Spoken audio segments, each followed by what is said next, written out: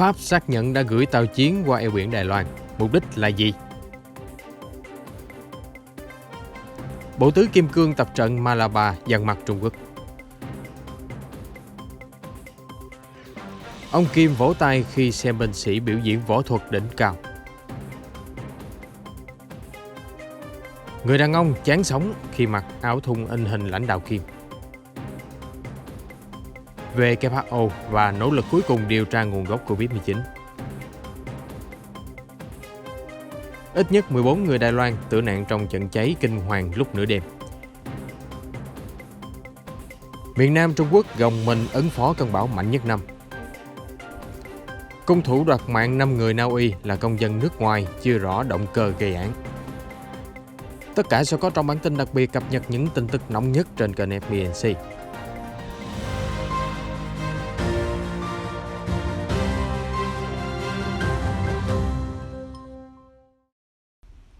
Bộ trưởng Quốc phòng Pháp Florence Parly hôm 12 tháng 10 xác nhận Hải quân nước này đã gửi tàu trinh sát đi qua eo biển Đài Loan. Nữ bộ trưởng đưa ra thông tin để trả lời câu hỏi của thượng nghị sĩ Oliver Cadic, người vừa có chuyến thăm đến Đài Loan. Mặc dù Bộ trưởng Parly không nêu chi tiết về hành trình của chiến hạm, nhưng tàu Dupuy de Lome 3.600 tấn đã được nhìn thấy ở đảo Guam vào tháng 8 và sau đó rời đi Nhật Bản vào ngày 1 tháng 10. Nhiều khả năng chính con tàu này đã đi qua eo biển Đài Loan. Bộ trưởng Quốc phòng Pháp cũng đề cập đến việc Trung Quốc tăng cường điều chiến cơ xâm phạm vùng nhận dạng phòng không của Đài Loan, dấy lên căng thẳng và có thể dẫn tới hậu quả thảm khốc.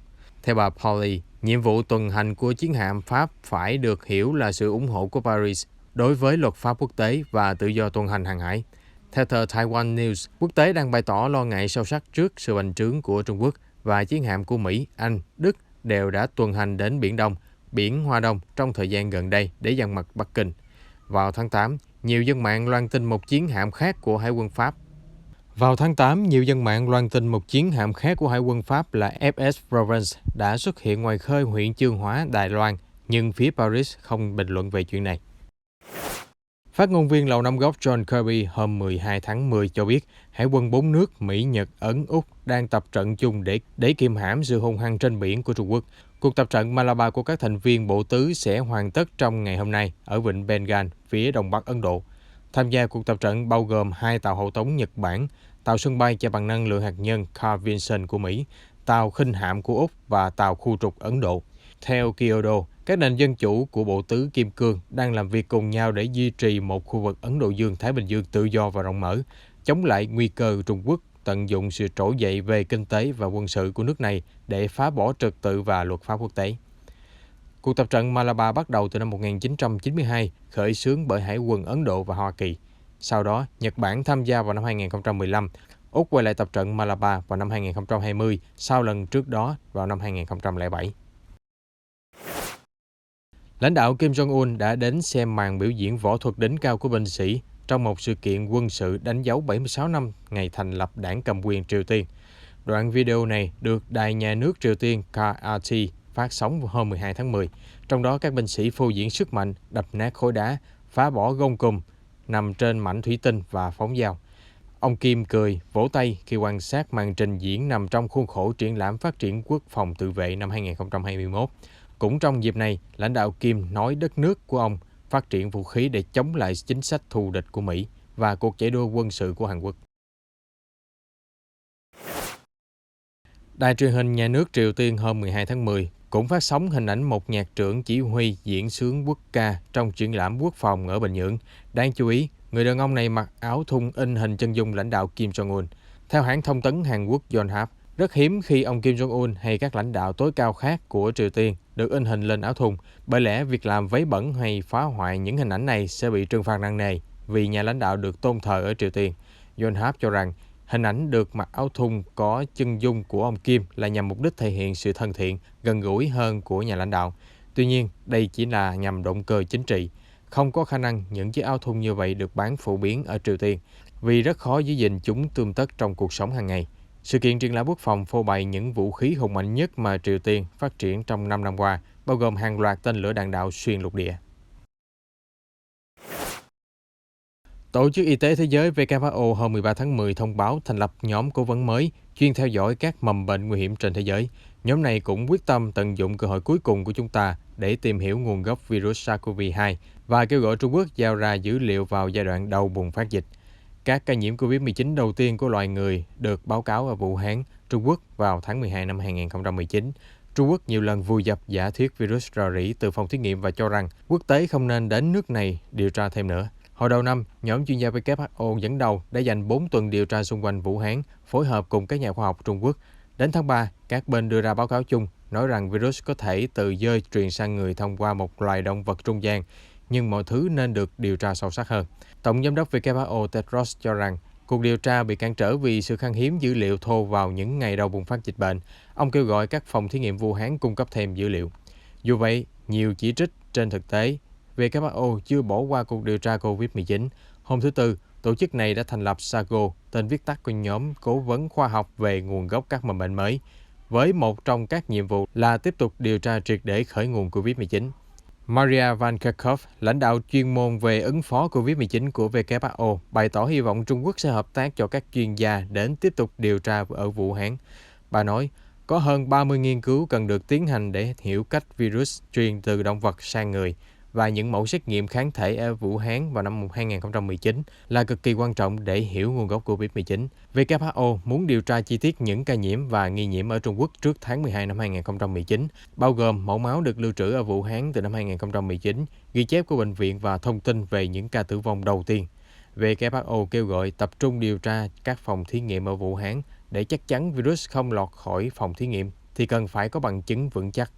Mike Ryan, chuyên gia ứng phó khẩn cấp của WHO cho biết, nhóm cố vấn SAGO là cơ hội cuối cùng để điều tra về nguồn gốc của SARS-CoV-2, chủng virus đã kìm hãm toàn bộ thế giới.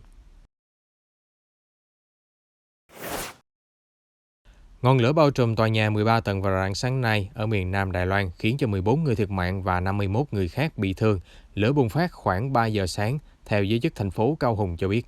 Lính cứu hỏa vào trưa nay 14 tháng 10 vẫn đang tìm kiếm các nạn nhân. Ngọn lửa bùng lên vô cùng dữ dội, nuốt chửng phần lớn tòa nhà, theo lính cứu hỏa kể lại. Hiện chưa rõ nguyên nhân vụ việc. Nhân chứng nói với báo đài địa phương họ nghe thấy một tiếng nổ lúc 3 giờ sáng. Người phát ngôn Sở Cứu hỏa Cao Hùng cho biết 14 nạn nhân không còn dấu hiệu sự sống. 51 người khác được chở tới bệnh viện điều trị. Đến giờ ngọn lửa đã được dập tắt, toàn bộ các tầng phía dưới tòa nhà bị cháy trơ trọi. Tòa nhà bị cháy đã 40 tuổi. Các tầng dưới tập trung các cửa hàng, tầng trên là các căn hộ. Vùng duyên hải miền Nam Trung Quốc đã cho ngừng hoạt động giao thông đường bộ và đường thủy khi bão Kompasu tấn công. Chính quyền địa phương đảm bảo thức ăn, di dời người dân khi ứng phó với cơn bão mạnh nhất từ đầu năm đến nay. Bão Kompasu đổ bộ thành phố Quỳnh Hải, tỉnh đảo Hải Nam vào lúc 3 giờ 40 phút chiều hôm qua với sức gió gần 119 km/h. Hải Khẩu, thành phố thủ phủ của Hải Nam, đang hứng chịu gió lớn và mưa xối xả. Hầu hết khu vực ven biển của thành phố ngập lụt lên láng, sóng đánh vào bờ cao hơn 3 mét. Cơ quan hàng hải của tỉnh vào hôm 12 tháng 10 đã đình chỉ dịch vụ phà vận chuyển ở eo biển Quỳnh Châu, nối giữa tỉnh Quảng Đông với đảo Hải Nam. Hiện hơn 20.000 thuyền đánh bắt khắp Hải Nam đã tìm nơi trú ẩn. Còn ở thành phố Thâm Quyến, tỉnh Quảng Đông, giới chức hôm 12 tháng 10 ban hành mức cảnh báo bão cấp 3. Lực lượng tuần duyên tăng cường tuần tra, cứu nạn. Tất cả các lớp từ mẫu giáo đến trung học tạm thời đóng cửa. Tất cả công trình xây dựng, nông trại, điểm du lịch, công viên giải trí cũng buộc ngừng hoạt động. Ở đặc khu Hồng Kông, sóng dâng cao gây ngập các tuyến đường ven biển. Trường học và dịch vụ xe buýt bị đình chỉ.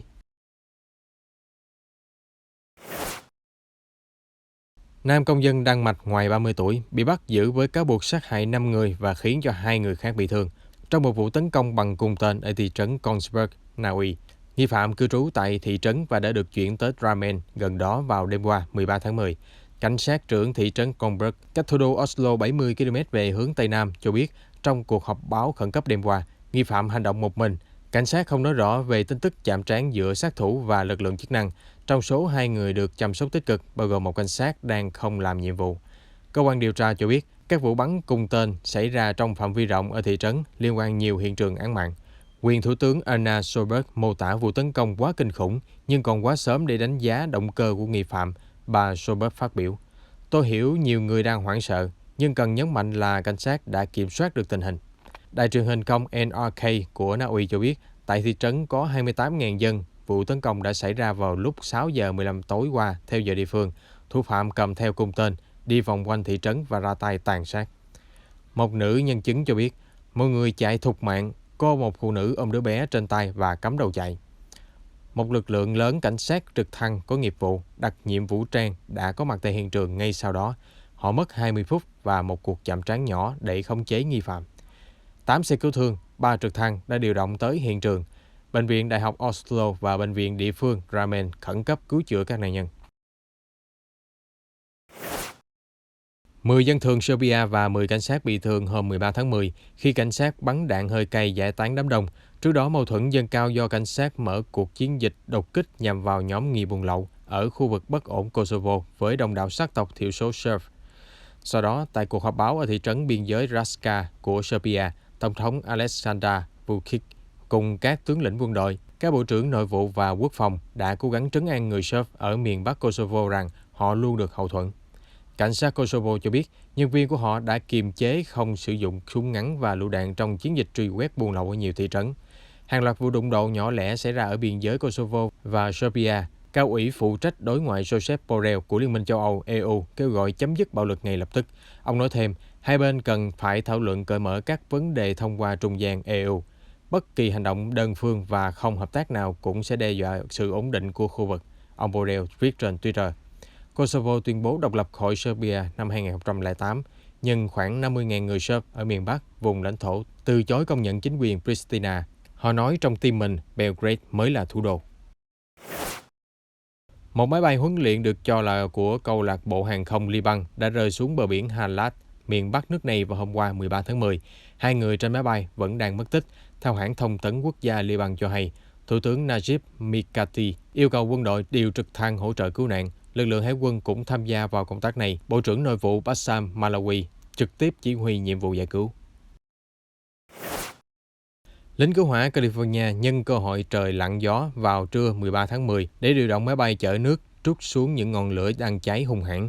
Đám cháy lan nhanh và chỉ còn cách nông trại của cố tổng thống Ronald Reagan khoảng 1 cây số. Đội cứu hộ gần 1.500 người đến giờ đã thành công ngăn cản cháy rừng Alisa bén tới nông trang của cố tổng thống. Đây là nơi cựu lãnh đạo Mỹ đã tiếp đón nữ hoàng Elizabeth và cựu lãnh đạo Liên Xô Mikhail Gorbachev.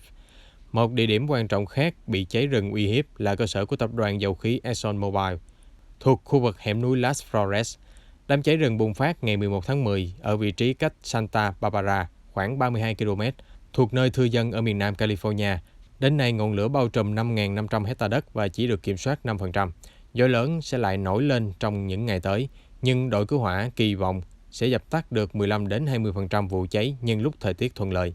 Hôm 12 tháng 10, khi cháy rừng lan nhanh, nhiều đoạn đường cao tốc và tuyến tàu hỏa đã phải đóng cửa. Thống đốc Gavin Newsom hôm qua nói rằng California sẽ huy động nguồn quỹ liên bang để hỗ trợ 75% chi phí chữa cháy của người dân địa phương và giới chức bang. California trải qua nạn cháy rừng từ mùa hè năm nay, quy mô cháy đạt kỷ lục, diện tích bốc hỏa tương đương với quần đảo Hawaii. Siêu bão Pamela đã tấn công bang Sinaloa, miền Tây Mexico vào hôm qua 13 tháng 10. Sau đó, cơn bão bắt đầu suy yếu. Khu vực hứng bão là vùng trồng ngô chủ lực của Mexico. Ngoài ra còn có nhiều nông sản khác như cà chua và trái cây, chuyên được xuất khẩu sang Mỹ.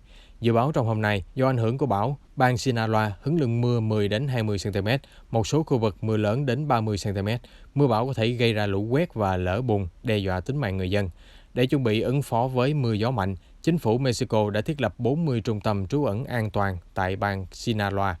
Ngoài ra, tàu thuyền và cư dân ven biển được cảnh báo về nguy cơ biển động dữ dội, xuất hiện dòng chảy rút xa bờ vô cùng nguy hiểm. Đây là tin tức gây lo ngại cho chính quyền địa phương, vì năm ngoái, bang Sinaloa sản xuất tới hơn 380.000 tấn cà chua, chiếm 1/5 sản lượng quốc gia. Trong khi đó, Trung tâm Bão Quốc gia Mỹ NHC cho biết, miền trung bang Texas và miền đông nam Oklahoma sẽ có lượng mưa từ 7 đến 15 cm, có nguy cơ xảy ra lũ quét và ngập lụt ở vùng đô thị.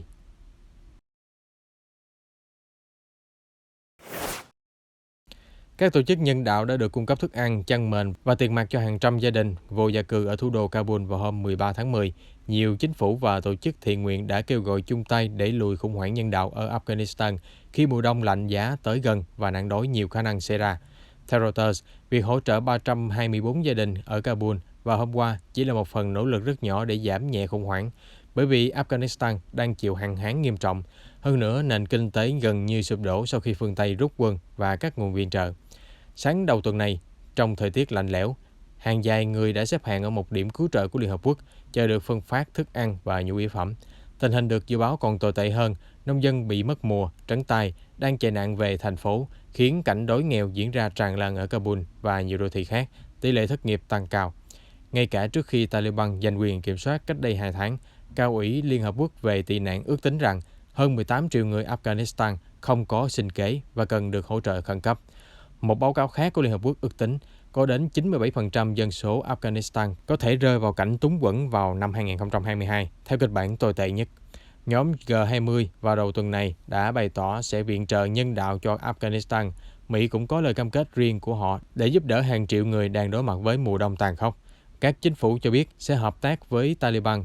Dù không công nhận chính quyền phong trào Hồi giáo này, các nước cũng mong muốn sẽ viện trợ thông qua các tổ chức quốc tế, thay vì liên hệ nhiều đến Taliban.